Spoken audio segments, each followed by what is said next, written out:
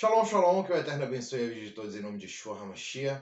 Aqui quem vos fala é o Cleiton, eu sou psicoterapeuta e atuo na área de dependência química e processos de autoconhecimento. E no vídeo de hoje nós estaremos falando sobre o luto, dos estágios do luto e como superar essa dificuldade. Tamo junto?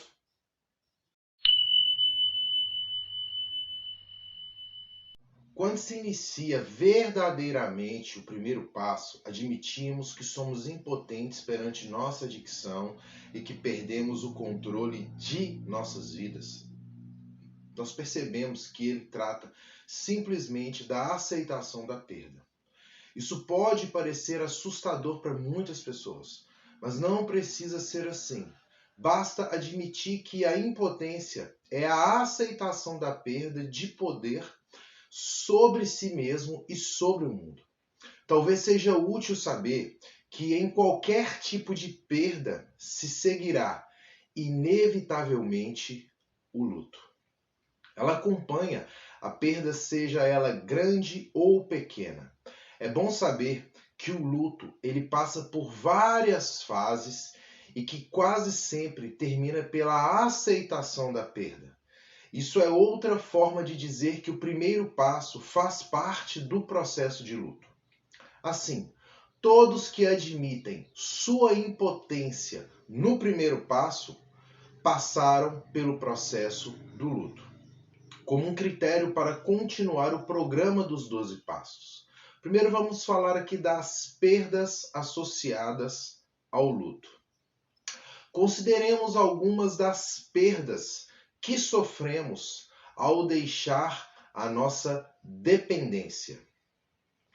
Bom, primeira, a própria substância em si, seja a droga, o álcool ou outras compulsões, a garrafa ou o que seja, é uma velha amiga de quem muitas vezes se depende para afastar o sofrimento, para ajudar a sentir que se controla a situação e ter melhor opinião sobre si mesmo.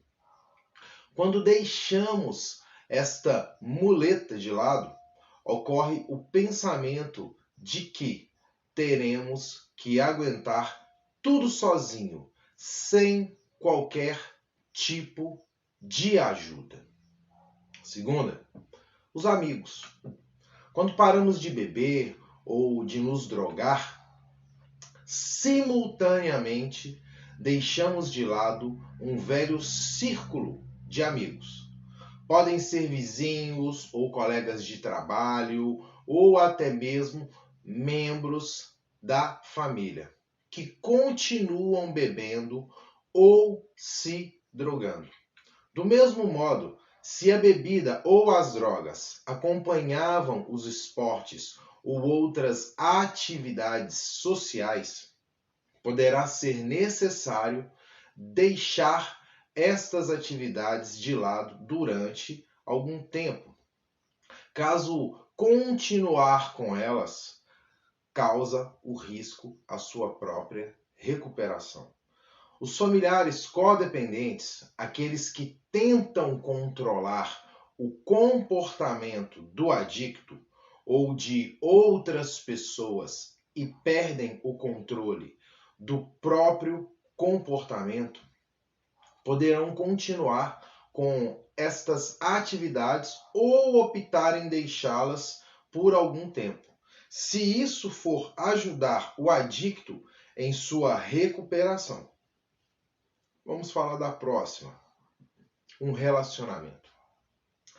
Caso esteja terminando com frequência se perde não só esta pessoa, mas todo um grupo de amigos e conhecidos, incluindo os membros da família que se deixa de ver e os lugares que costumavam frequentar juntos. Deixar amigos e atividades cria um grande espaço de tempo ocioso, durante o qual pode se sentir normalmente isolado e deprimido. E que, se não for sabiamente ocupado, poderá ser um gatilho que dispara uma recaída. Próximo. A autoimagem e a autoestima. Sob a influência do álcool ou do químico, o adicto ele acreditava que cuidava bem da sua família, que era uma pessoa responsável e carinhosa. Pensava que controlava as situações que surgiam e que sua compulsão por bebidas ou drogas não os prejudicava ou as pessoas que estavam ao seu redor. Mas quando se decide parar, começa a se conscientizar de que não era esse o caso. Verificamos que não se tinha o controle sobre a adicção ou as situações. Se conscientizar disso constitui um terrível golpe para a maioria e destrói a autoestima e as ilusões a seu respeito. Quinta, o emprego. Muitas vezes, a drogadição ou o uso abusivo de álcool foi a causa da perda de um emprego, ou mesmo de uma série de empregos. Isso pode ser uma perda realmente difícil se o sentimento de identidade do indivíduo dependia deste emprego em si. Para muitos, uma grande parte da autoimagem ela está associada ao que se faz para ganhar a vida. Sexta, a família. Em outros casos, muitos, como consequência de beber ou de usar drogas, perdem alguém através de uma separação ou de um divórcio. A presença da esposa, do marido, do pai, da mãe é importante para todos e dá sentido às vidas de todas as pessoas. Às vezes, as pessoas mais novas perdem os pais por causa de sua própria dependência ou da dependência de um dos pais. O que pode, de qualquer maneira, ser uma perda enorme. Desempenhar o papel de criança proporciona segurança, e perder este papel os obriga a se transformar em qualquer coisa nova, adulto, responsável, independente. Isso pode se tornar assustador para muitas pessoas. Sétima, foco. Finalmente, e talvez o mais importante, é perder a razão de viver. Se tiver vivido para beber ou usar drogas, para ser pais ou para contribuir de alguma forma através do trabalho, quer seja em relação à família, à empresa ou à sociedade, e perder qualquer destas coisas devido à doença. Perde-se então a razão de viver, e se não existir uma razão para viver, morremos. Vamos falar sobre o processo do luto agora. O luto, ele é uma resposta saudável a uma situação difícil de perda. Não importa o que se perde.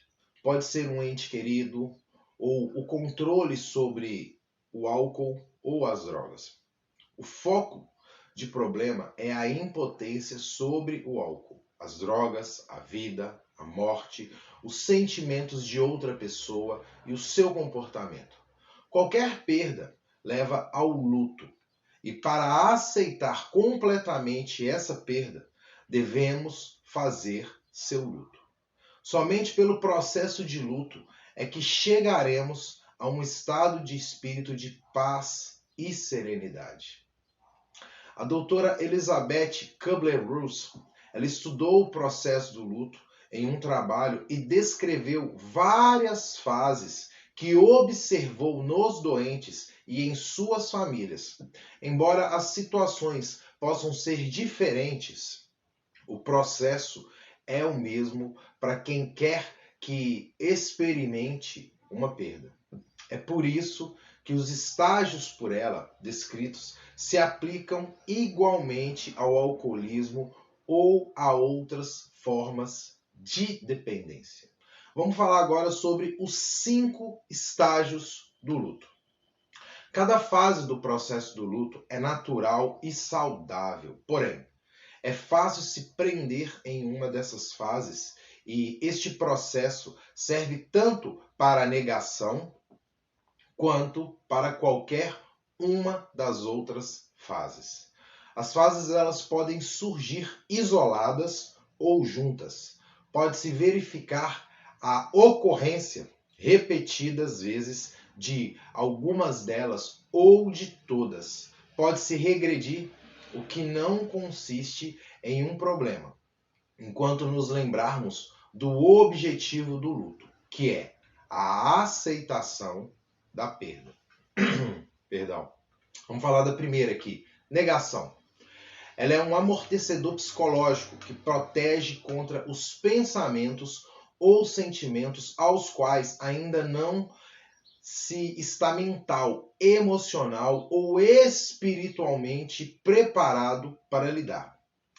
Todos negam aquilo que não estão preparados para aceitar. Lembre-se de quando soube que alguém morreu e disse: não acredito. Isso é a negação e pode durar instantes ou até mesmo anos, até que se consiga dizer: pronto, aconteceu, é real. E agora, como é que me sinto? O que eu vou fazer agora? Devemos barganhar com nossos sentimentos nessa fase. Existe uma relação entre a importância da pessoa ou da coisa que se perdeu e o grau da negação. Quanto maior era a dependência daquilo que sempre tem, perdeu, maior será a negação. Por isso, a determinada altura torna-se decisivo encarar a realidade e parar de negar a impotência. Fazer o primeiro passo, a admissão, mesmo que não se aceite a impotência. Segundo estágio, raiva. Alguma vez aconteceu de ficar com raiva quando perdeu alguma coisa e não conseguiu encontrar? Isso faz parte do luto. Parecemos impotentes quanto à nossa capacidade de localizar o objeto perdido ou aceitar a morte de alguém próximo a nós. É uma resposta natural a uma perda dolorosa. Ocorre exatamente o mesmo com a dependência química. As pessoas adictas ficam simplesmente furiosas com o fato de perderem controle do próprio comportamento, dos próprios sentimentos ou dos sentimentos dos outros. Costumávamos dizer: só uma dose antes de voltar para casa, e 4 horas depois estávamos embriagados com um boné velho, na cabeça ao chegar em casa. Isso quando voltamos para casa. No outro dia, sentimos raiva por sermos tão fracos e de tal forma impotentes perante a droga e o álcool. E os codependentes, cônjuges e filhos, que estavam em casa nos esperando, ficam furiosos também porque o que quer que se faça, por mais que os amemos, continuamos a beber ou a usar outras drogas. O problema com a raiva é que ela pode se tornar destrutiva se não for expressa de forma saudável. Pode se transformar num ressentimento amargo e levar a beber ou a se drogar cada vez mais para fugir desse sentimento. Sutil e invasiva, ela pode recair sobre os membros da família ou manifestar-se no trabalho e o comportamento ele fica fora de controle. Pode conduzir até mesmo à violência. Pode transformar-se em depressão, que é a raiva de si mesmo, e levar ao desespero ou até ao suicídio. Por isso, é vital admitir que sente e partilhar este sentimento. Terceiro estágio, dor, desespero e depressão. Representam situações seguras que se cria ocasiões em que se permite estar triste. Ajuda a expressar os sentimentos profundos que se tem a respeito da perda. Muitos adictos em recuperação falam de sua droga de preferência como um antigo amigo. O meu maior amigo era a garrafa. É uma afirmação que se ouve com frequência quando se perde esse amigo e se sente triste. Com a dor vem também o desespero. É assustador perder alguém ou alguma coisa de que se tornou dependente, como, por exemplo, a esposa. Acaba se desiludindo da própria vida e ocorre pensamentos de desistir, desejando a morte. É um sentimento de grande solidão e desesperança. Um dos problemas com a dor é que, tal como a raiva, pode se tornar destrutiva. Pode-se facilmente cair numa armadilha e começar a sentir pena de si mesmo, o vitimismo, se tornando autopiedoso e vitimista. Muitas vezes, a autopiedade, a menos que se faça qualquer coisa para resolvê-la, conduzirá diretamente à bebida ou a outras drogas. Ou pode fazer voltar a um padrão de comportamento destrutivo, do qual estava se libertando. A dor, ela pode também levar à depressão, que pode imobilizar e nos faz sentir completamente desamparados, a um ponto de nem querer sair da cama pela manhã. Não consegue dormir ou então dorme o dia todo. A dor, ela pode levar também a pensamentos ou ações suicidas. Chorar é saudável e é uma boa forma de expressar a dor.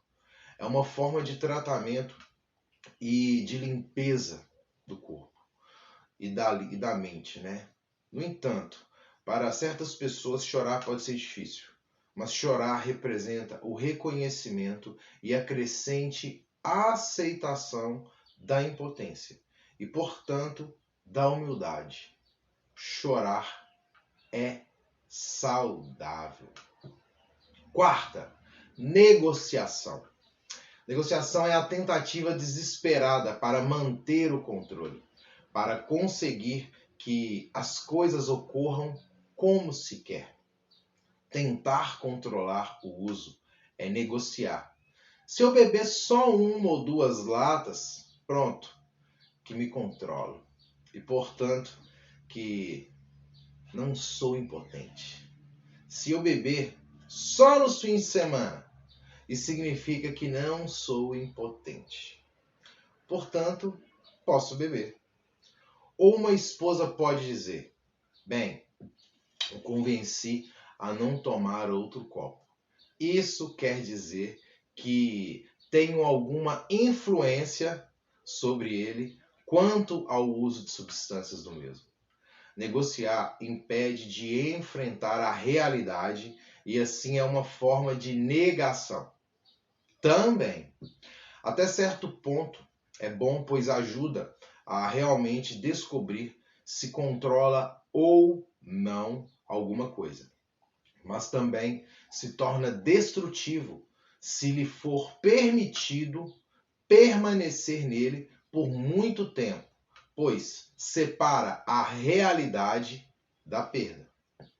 Deixa uma ilusão de que ainda se tem o controle e impede de alcançar a fase final do processo do luto. Quinta, a aceitação. Esta é a fase final do processo, o objetivo do luto. Tendo passado pela negação, raiva, tristeza e negociação, chega-se à aceitação da perda que ocorreu. Se aceita que é impotente e que não é a pessoa que pensava ser. Tendo feito o luto, pode aceitar a perda do poder e seguir a sua vida, o que é precisamente aquilo que Programa dos 12 Passos querem dizer.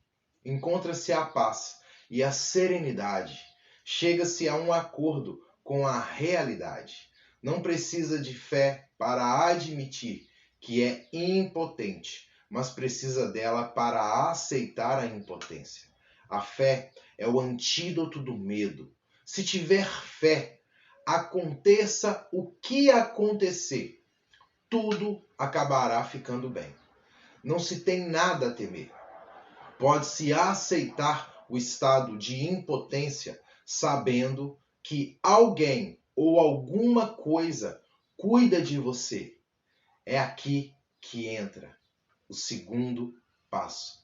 Viemos acreditar que um poder superior a nós mesmos poderia devolver-nos a sanidade, tornando-nos assim capazes de aceitar a nossa impotência.